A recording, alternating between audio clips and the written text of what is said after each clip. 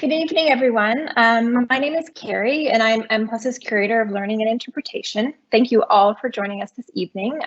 This is our first time doing this How Did You Two Meet from home, so please excuse any technical difficulties.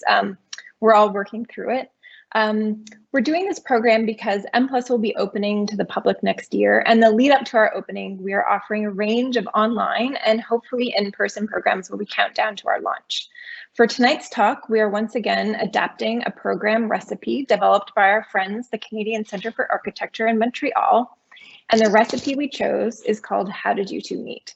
The recipe actually goes like this. We pick the oldest object in the collection and then pick the newest object in the collection. Then we have a curator introduce the two objects and narrate a story that connects the two. So this evening, we are lucky to be spending the next 30 minutes getting to know our visual art collection. Pauline Yao, our lead curator of visual art, was challenged with one of the oldest and the newest works that will be on view when we open to the public next year.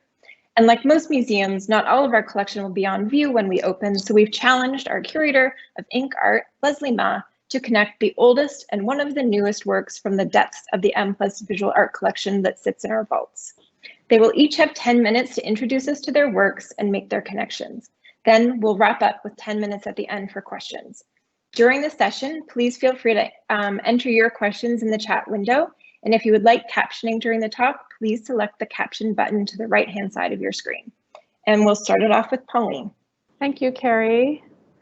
My name is Pauline Yao. I'm lead curator for visual art at M+. I'm very happy to be here for my first time to do this online live session. So a bit about visual art before I dive into the two works. Visual art at M+ is one of the three disciplinary areas that we have alongside design and architecture and moving image. And some of you are familiar with the fact that since around 2012, we've been building the M+ collections. And this collections encompass from around 1950s up to the present. And then geographically sort of spanning with the core area of Hong Kong, China and East Asia, but spanning around the rest of Asia and around the rest of the world. For the visual art collection, we have a variety of different materials and media that span from painting, sculpture, installation, video art. We have prints, drawings, photography, and some performances, live art programs that we do, in a kind of more, live way. There are a few things in the collection, a few outliers that are a little bit earlier than 1950s, as you will soon discover. So if I could have the first slide, please. So I've been tasked to talk about the oldest and newest works that are going to be on view when we unveil our collection display at our grand opening next year. This work by Shiraga Kazuo is one of the oldest works that we have in the exhibition. It belongs to a small group of this very red crimson colored paintings that he made using his body. So essentially he's not using a brush or a painting tool of any kind. In fact, he's using his fingers and his fingernails. So he was really quite interested in finding a way to physically enter into the space of the painting. This painting using his fingers and fingernails belongs to a very small group. There are only a few of these that are known to exist. And next slide. So Shiraga Kazuo belongs to one of the most important art collectives to emerge in the post-war period in Japan. So the painting that I'll be talking about is from 1954. Right around this time, he joined the Gutai art group with a number of other artists. And their sort of core principle was to find ways to engage physically with art and the process of art making to sort of foster a dialogue between action and matter. So it was very much about influencing a way of bodily interaction. A lot of the works created by artists in the Gutai group were aimed at sort of total abstraction. So they were really emphatically looking to reject ideas around representation and sort of ideas that would be figurative or things that relate to external reality, and instead put the focus on process and particularly sort of the act of making. So what you're seeing in this slide is an exhibition at the Guggenheim that looked at the Gutai art group. There were a number of other art groups at this time. The Gutai is one of the more well-known, and they've had sort of a recent resurgence of interest in the last several years. So the next slide, please. So talking about that act of making, a lot of the artists in the Gutai group were putting that front and center. Shiraga Kazuo is one of the major figures of that, and it's very apparent in the way that he was making his work. You can see this image here. He's making paintings, most well known for making paintings with his feet. So he had this kind of contraption of ropes that were connected to the rafters in his studio. That's his wife, who's also an artist, Shiraga Fujiko, helping him. And he had, so, you know, Shiraga had actually studied painting, studied traditional form of Japanese painting, Nihonga painting. So he wanted to use his feet. That was really a way to kind of use a part of his body that hadn't been trained, something that would offer a bit more spontaneity. It would take him, you know, make him sort of free from this academic traditions, and it would really enforce a bodily contact with materials. And on the right, you're seeing a performance work that he did where he put his body into a large pile of mud and yeah, really engaged with that kind of feeling and process. Next slide, please. So here's just one of many examples of foot paintings that he created over several decades of his career. Next slide. And then here you can see, so the painting that's in our collection on the far left is one that he made with his fingernails and fingers. And then from there, he moved on to using his fuller part of his hand, using his palm, and then eventually moving to his feet. So it's quite rare to see this kind of progression, but also the painting that we're fortunate to have in our collection represents a very early part of this kind of almost a lifelong sort of journey and quest for him to insert his body into the process of making art. The next slide, please. And then here you can see some details, more close-ups that show the fingernails and show this kind of action and movement trace and this kind of inscription. You can really almost see, you can see cracks in the painting. There was also, that was sort of a side effect that happened as he was dragging his fingers across the surface, and he decided to sort of leave those, again, embracing this idea of kind of spontaneity and really can feel the sort of channeling of energy of his whole entire body, like channeled into just his fingertips to create this work. Next slide. Okay, so then that's the sort of one of the oldest works that we'll have on view, and then sort of fast forwarding close to 60, 70 years, we have a work by Ian Chang. Very different, but yet connected in some way. Ian Chang is a Chinese-American artist based in New York City. He creates computer-generated artworks. These are digital simulations that mutate and evolve over time. He's inspired by video game design. He studied cognitive science. So he really merges these two very disparate sort of fields to create this work called Bob, which is the short for Bag of Beliefs.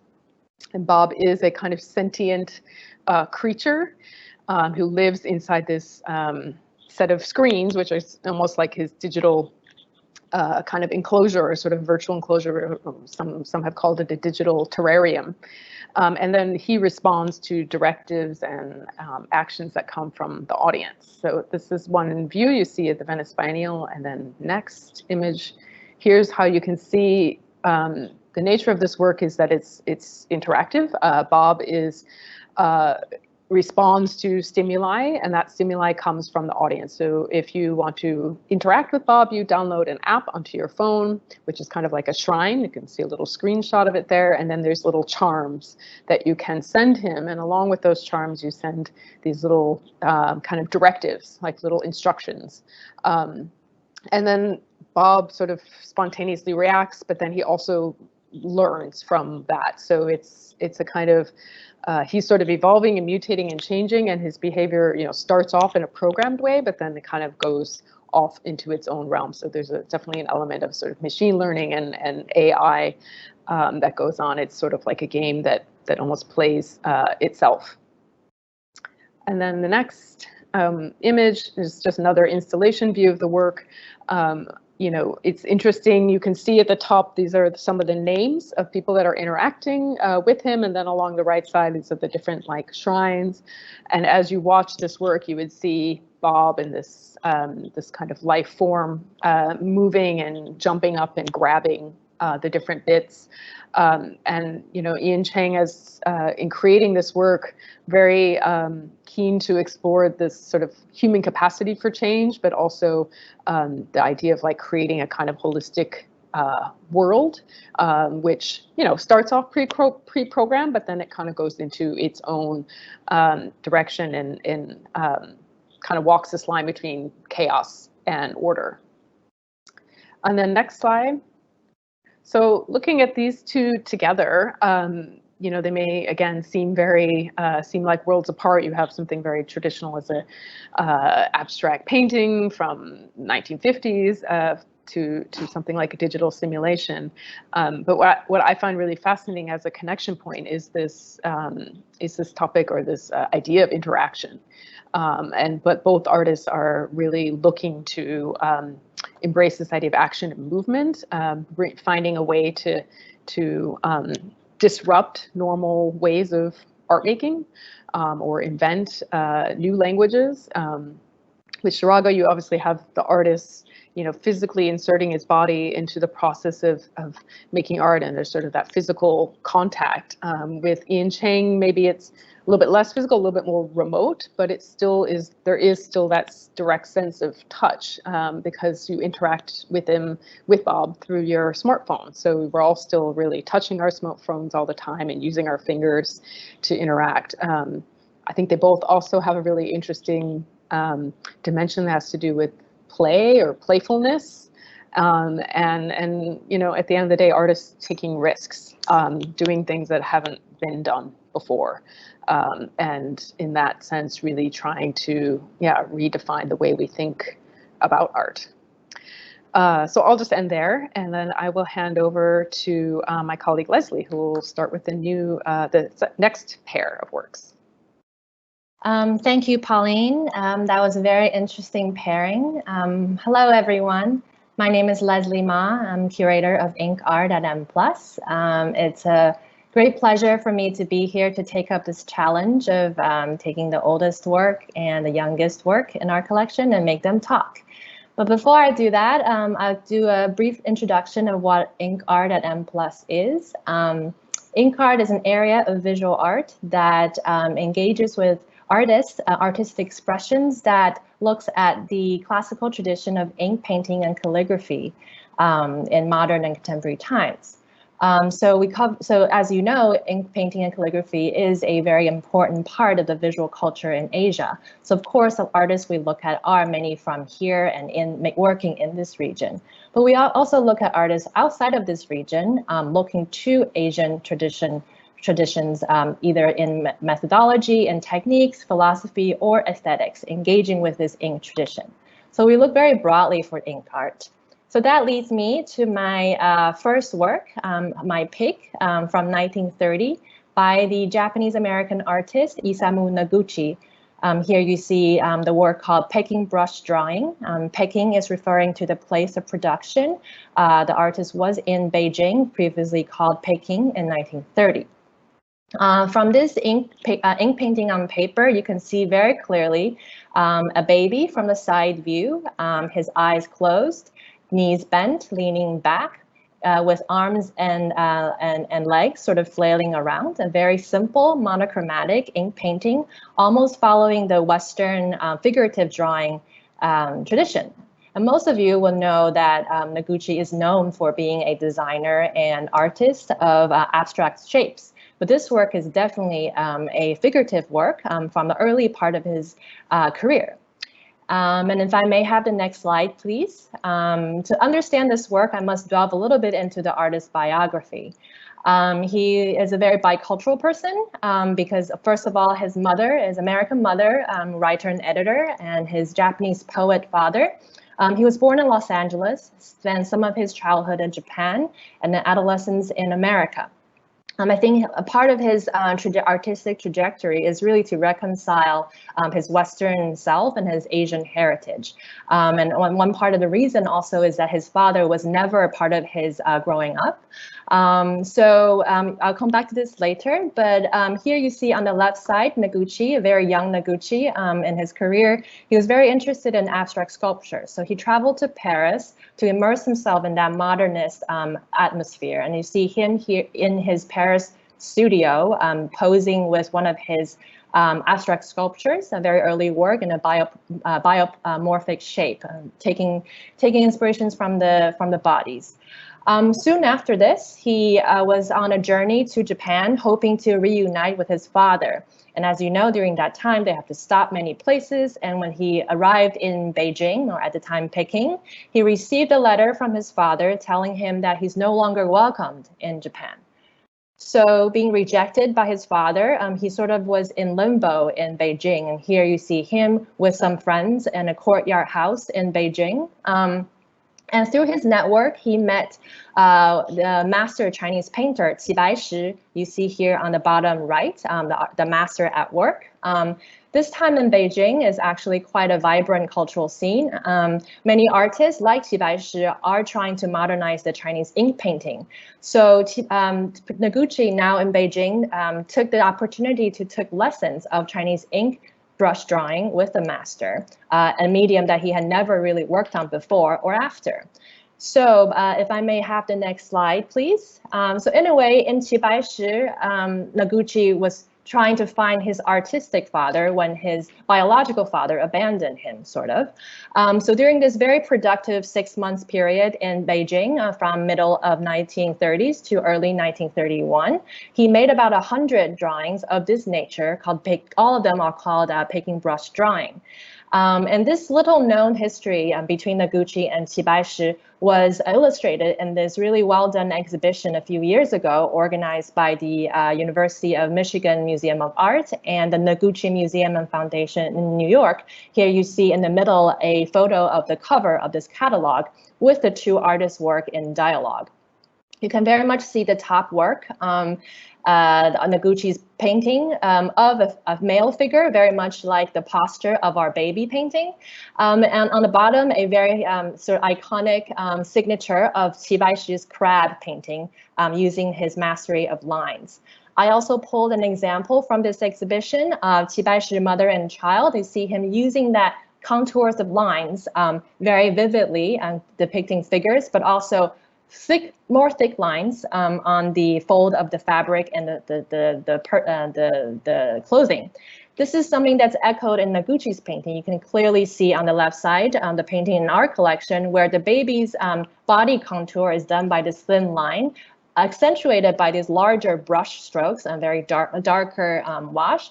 But on top of that, there's also this circular, larger wild stroke that's more like installing this kind of movement to the baby, to the figure, using this Chinese technique of fei bai, flying white, inserting this spontaneity and confidence of this ink brush painter. So you can really see Noguchi fusing this technique and material and an instrument with his understanding of the body.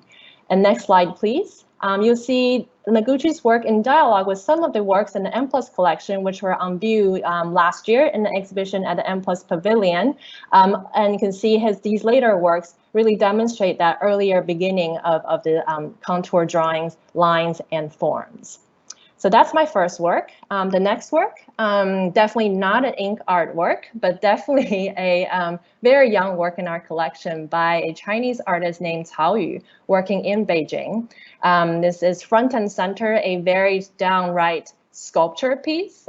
You can see a section of the male body from just above the belly button down to the top of the thighs, kind of a truncated section in marble. But at the same time, you see that there's a women's stocking tied between the thighs and sort of draped casually on top of the lower abdomen.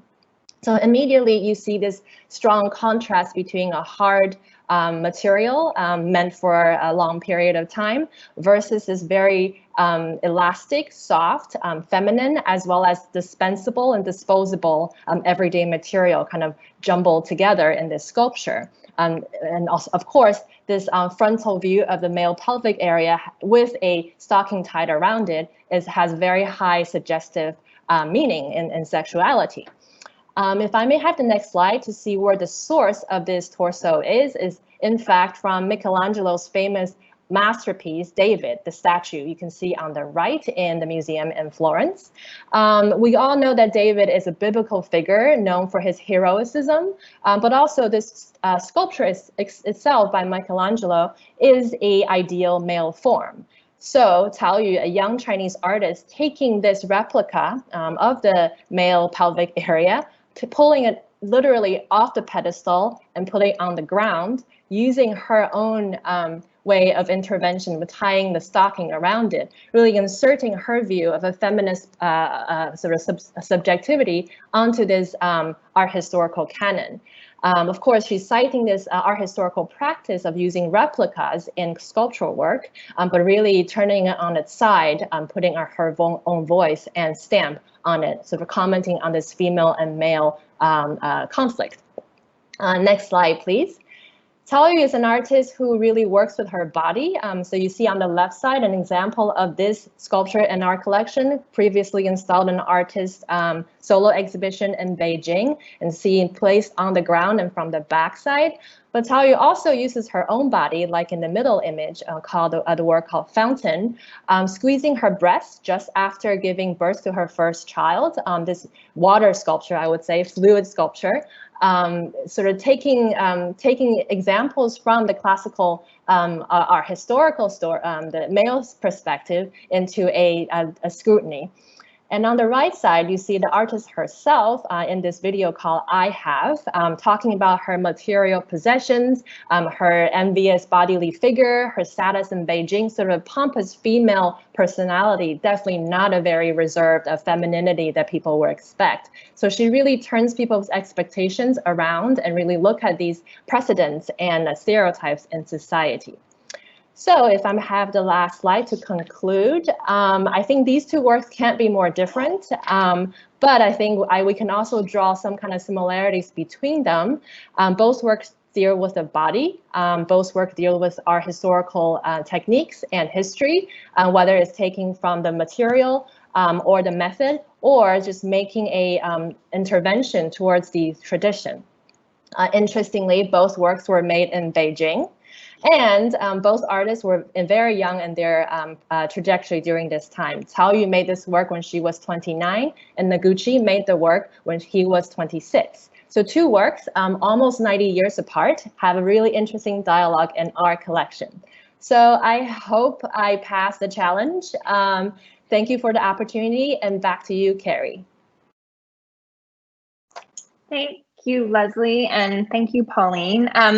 We'll now take some time for some questions. So please enter them into the chat window. And while you guys are thinking of some brilliant questions or some whatever kind of curiosity you might have, I'm going to just ask a question to Pauline and Leslie. And I would say, as somebody who's spent time listening to you guys talk about the collection over the last while, it's really great to see how you're making these connections, and I can imagine a few ways, and even myself following you along, I might be like, oh, maybe you could talk about the relationship. Like all four of them seem to connect through the body in really different and interesting ways, which I don't think even before we started this talk I had really thought about, because we had just kind of, this exercise invites us to pick artworks essentially from our database, if you will, to kind of go by date and go by as constraints. So you guys performed remarkably well, given that those were the constraints. So thank you for sharing your insights.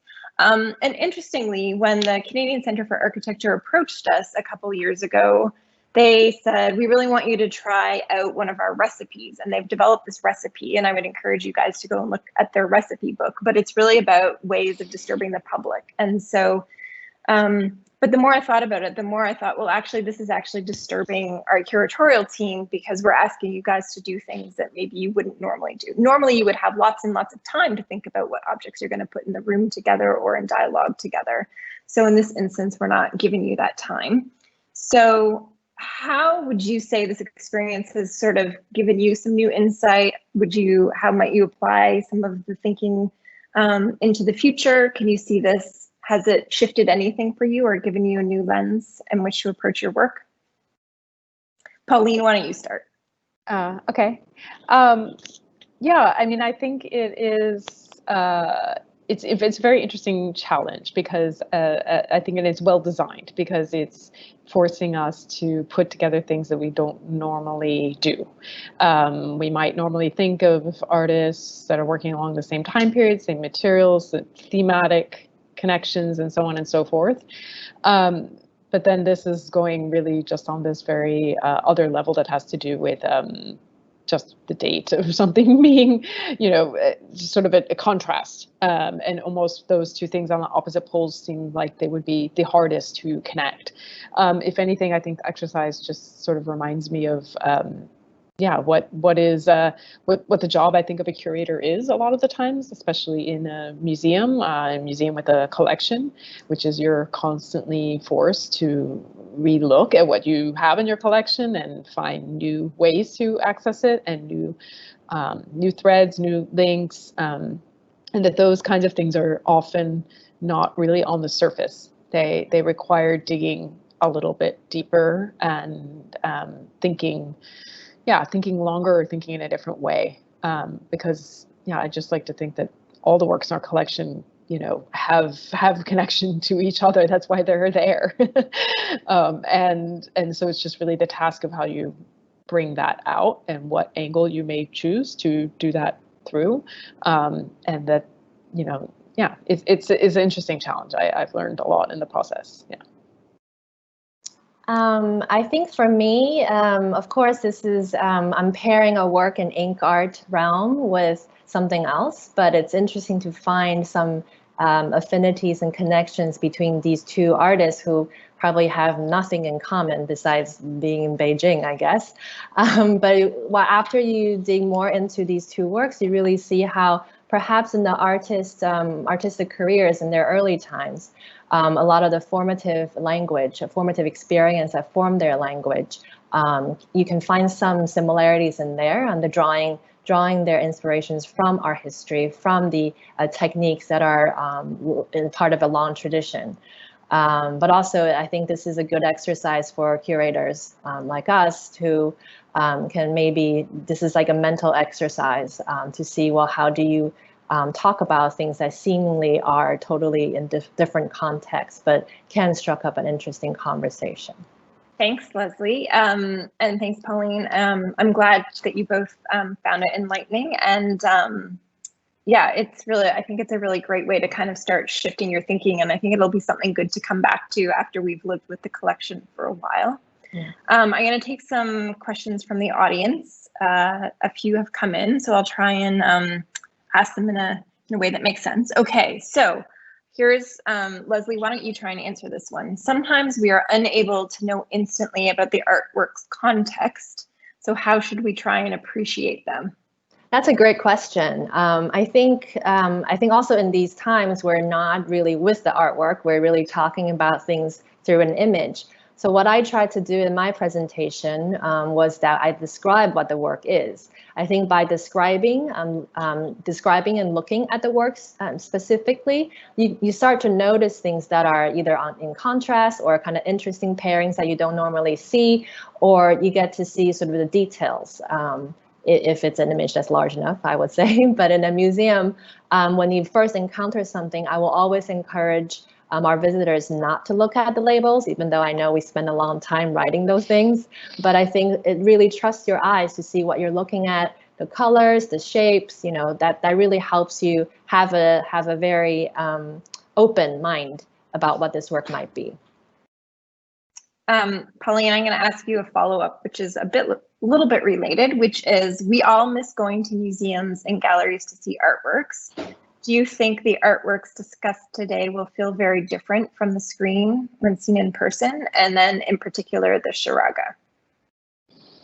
Yes, it's a great question. It's something I think a lot of us have on our minds. When will we be able to be in museums, be in front of artworks, and how do we continue our experience of art when we're not able to go to see things live? I think that, yeah, definitely with something like the Charaga, the pictures and what you're seeing on the screen does not do it justice. It's the case with most paintings that exist in the world, but particularly with something like this, where there's really a kind of detail and the evidence and that feeling of the material and the materiality that is really important, that one can only get by kind of being able to get close to it and to see it in the flesh, as we say. So I think that is something that applies particularly for this Charaga work, because there is that sort of sense of a bodily sort of physical contact and movement and being able to sort of pick that up.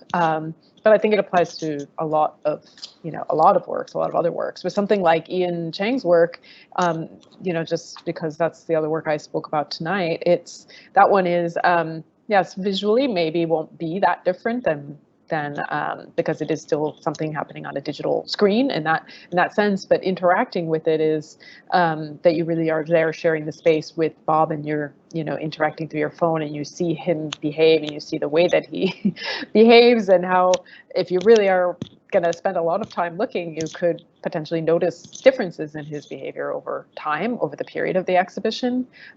There's a kind of it's a kind of sense of time that work encompasses, which has to do with, Bob is changing and evolving even when the museum's not open. So, one can revisit it maybe when it's on view in an exhibition. One could go and see Bob every day for that period of time and interact with him.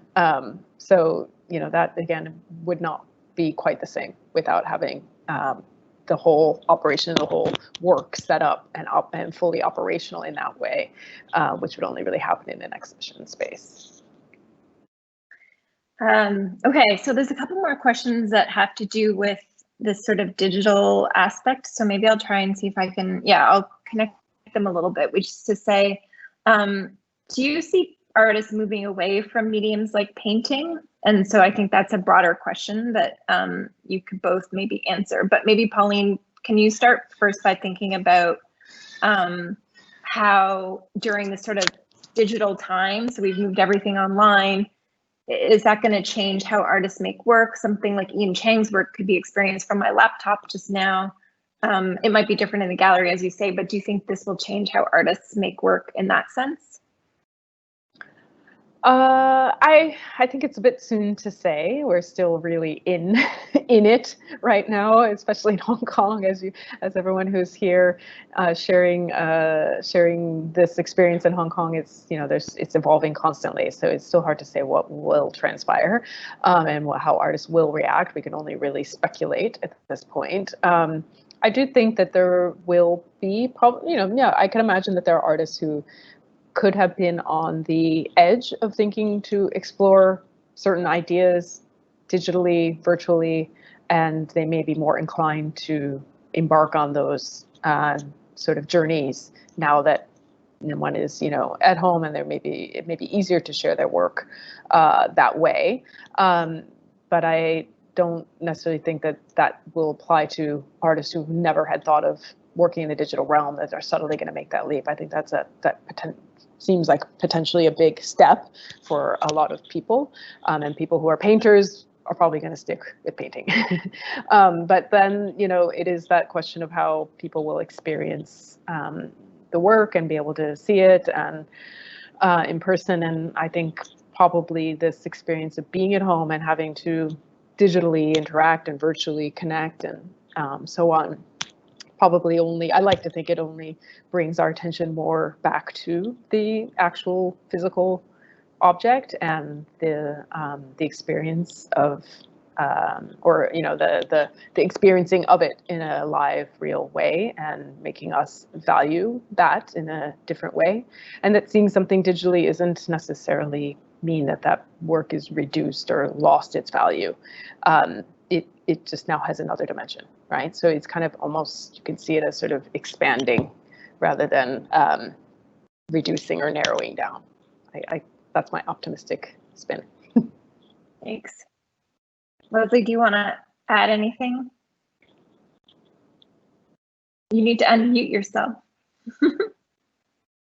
I think what's interesting with the 4 works that we chose is that the 2 older works are both paintings, and the 2 younger works are digital or sculpture. I mean, sculpture is not a new medium, but not painting.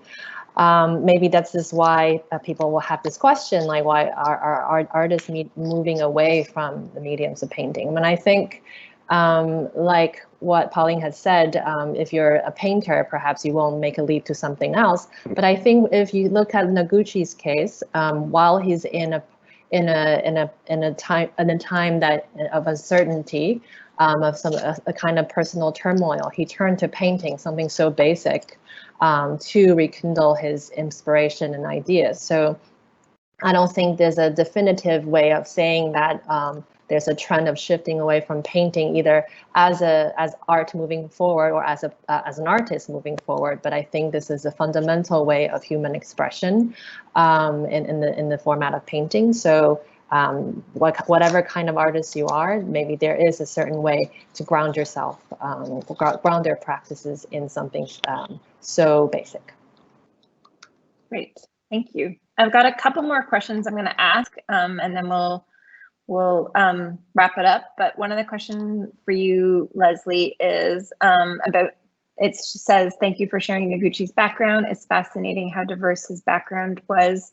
Do you think this kind of multicultural background is essential for making good art?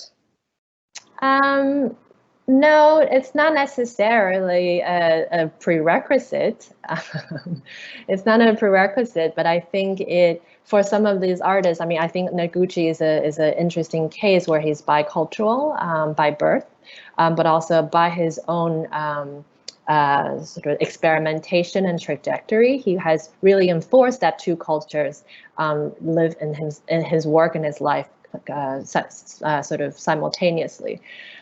So I think for some artists it works, but I think there are plenty of artists who live in a monocultural place and producing work that's true to themselves about their environment.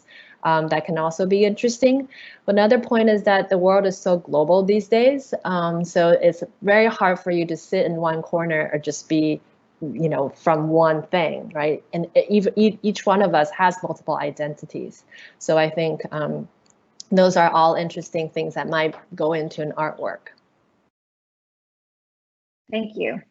Someone has asked us a question that says, will there be more short talks? And I'm happy to say that yes, there will be. Mm-hmm. The next one is actually on August 27th, same time. And on that talk, we'll be hearing from PV, our SIG Senior Curator of Visual Art, and Isabella Tam, Associate Curator of the SIG collection as well. So we hope that you'll join us there. There's a couple last questions that we'll answer in the chat window, but we don't want to keep you too much longer. So with that, I will say thank you very much to Pauline and Leslie, and for all of you for joining us tonight in this different world. It's been nice that we can gather and think about art and our collection and where we're going in the future, and that's really exciting for us to think about. So thank you. Thank you very much. Yeah, thanks everybody for joining. Bye. Bye. Bye. Thank you.